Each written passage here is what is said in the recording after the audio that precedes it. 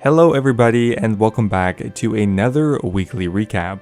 In a weekly recap, I like to go over any news related to the old school RuneScape community this week. Now as always, we did get a content update yesterday that involved a few minor changes to the Volcanic mine and the Ava's devices. Another fairly small quality of life update from poll number 73, however they also talk a bit more about the revenant caves and their current proposals.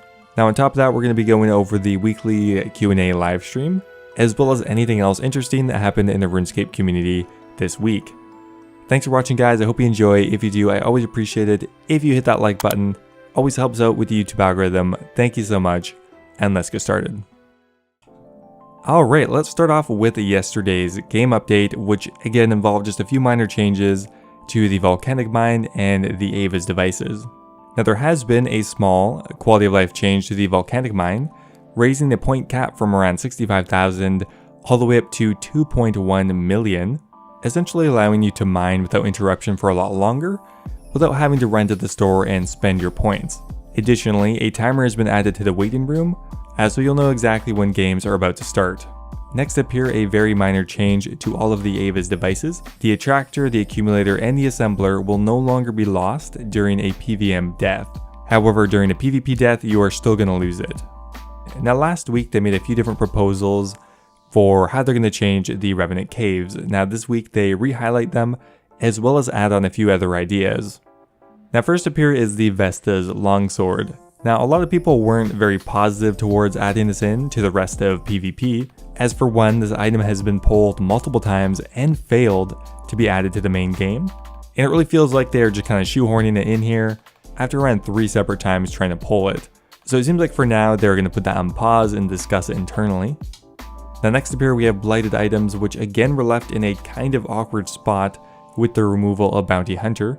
Now they want to make them usable on PvP worlds, but they are considering doing a trial test to first make them only available in designated PvP hotspots, the same way that the looting bag would work. If that works out, then they would release it to the rest of PvP. That said, regardless, they're going to make some changes to how much they cost in the Last Man Standing store, as right now they're pretty awkward.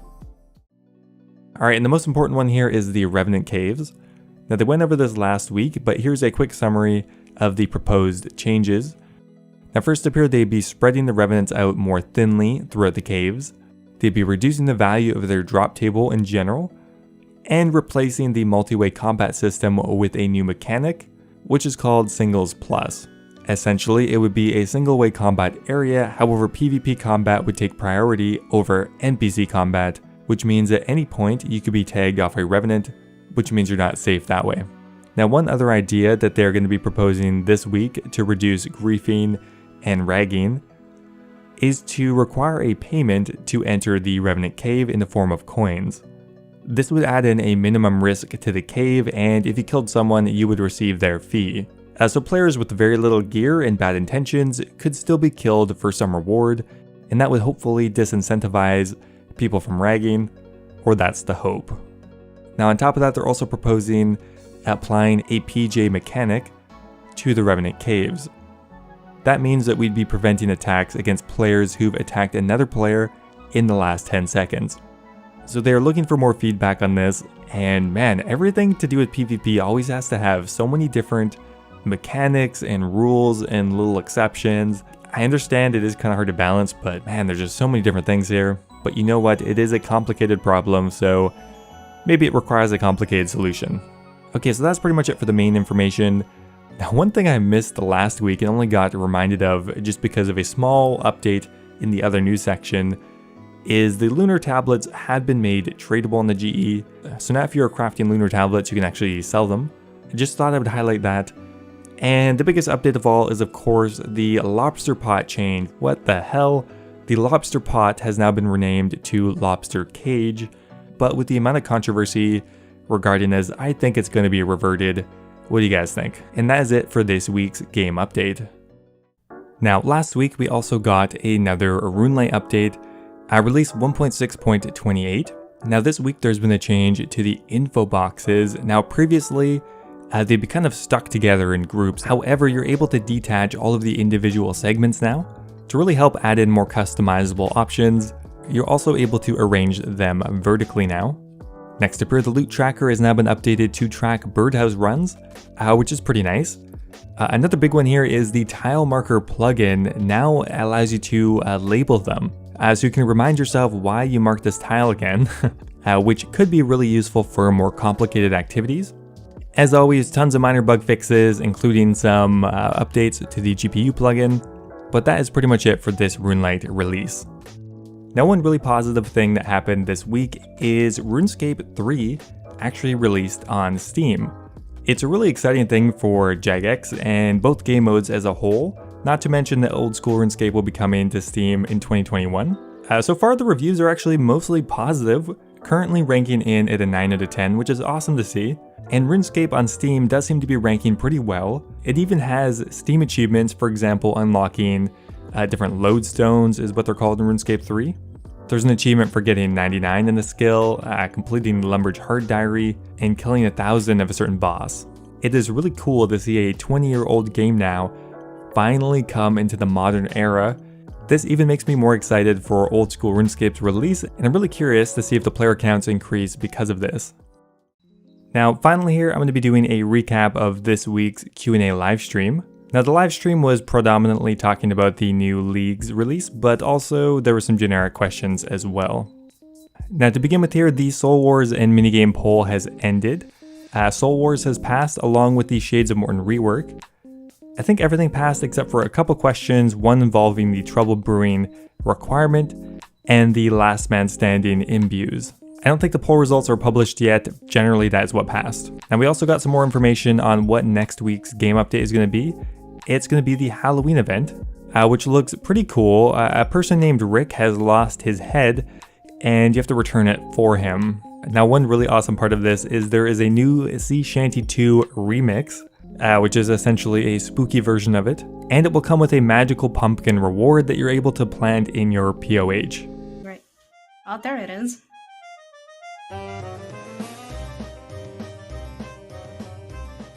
This was by Ash, is that correct?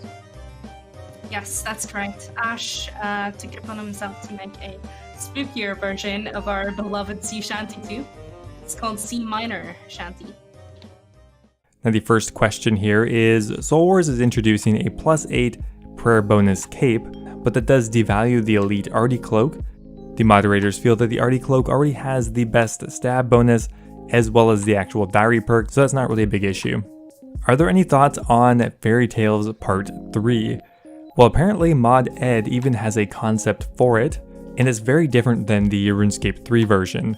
Now they even go to talk about how they're approaching the 150th quest in old school RuneScape, and that they're likely to hit it next year, and they really want to go all out on a quest release for the 150th, as it's a massive milestone.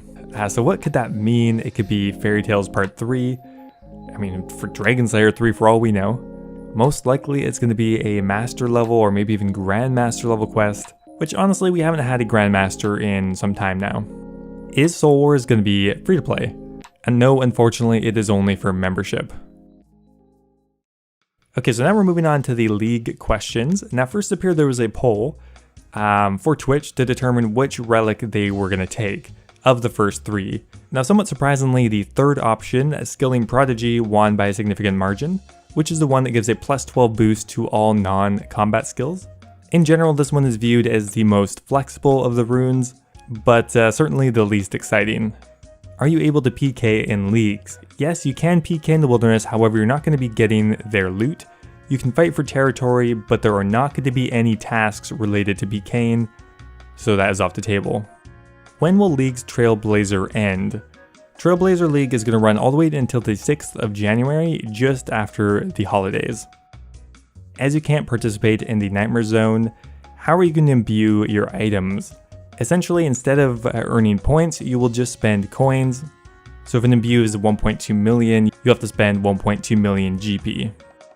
Will the new Revenant Cave rework be in Leagues? In general, all updates will hit the League game world, although some of them are going to be taken on a case-by-case basis. Will you need to unlock the desert to make darts? You will need the Tourist Trap quest from the desert to be able to smith darts, however you can fletch them without the area. Now this kind of got into the discussion about how many different exceptions there are. For example, Fremenic Exiles is locked behind Mountain Daughter, which would require a different area. Or for example, the Mining Helmet for the Lumbridge Diary would require the Lost Tribe quest. Now these are all being dealt with on a case-by-case basis, depending on whether they think it is fair to have them as a requirement or not. Now one really big change that is coming to leagues and they even mentioned could be applied to the main game is instances for Godwars bosses. Currently going forward in Leagues 2, they're going to have a few different instances. For one, all of the Godwars bosses are going to have an instance room now. Dagonoth Kings, Calphite Queen, and the Giant Mole. Now currently this is only applying to League Worlds, however this could easily be applied to the main game as well. Obviously they're not going to do that lightly, and it would most likely be pulled, as the price of these items could be greatly affected by adding in a instanced world, as right now there's a fairly hard bottleneck on Godwars items just because there's only so many people who can kill them at once. It is a pretty interesting discussion point though. Godwars can be very frustrating to try to find an empty world. I mean, mainly Bandos, but does that merit having its own instance? I don't know. Now before I go here, I want to give a massive thank you to Brad Sings, who just subscribed at my Dragon tier of YouTube membership. Thank you so much, man. It means a lot. I'm so shocked that even multiple people did that. It was meant to just be a flex tier. They're joining Tizdoc Bunny, Revolver Ocelot, and Kush Patel, but also another massive thank you to Heathen Lock Games, Base Titch, and Double Talk. Thank you for making the dream possible, guys. I really appreciate it. If any of you are looking for another way to support the channel, becoming a YouTube member is an awesome way to do so. You can be immortalized in any of my videos, get a custom Discord role, and have access to my video schedule. Anyway, thanks again, guys, and I'll see you next time.